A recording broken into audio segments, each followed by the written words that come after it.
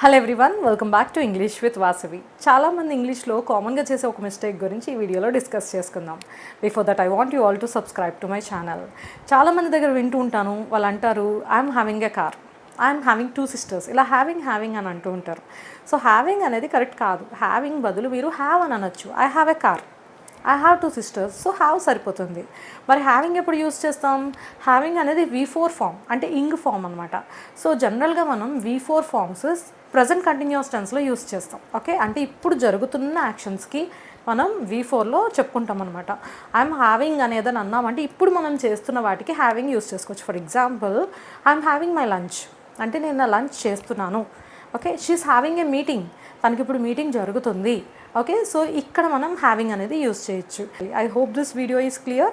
ఈ వీడియో మీకు ఇన్ఫర్మేటివ్గా అనిపిస్తే లైక్ చేయండి, షేర్ చేయండి. అలాగే మన ఛానల్ ఇప్పుడే సబ్స్క్రైబ్ చేసుకోండి. Thank you for watching. Have a good day.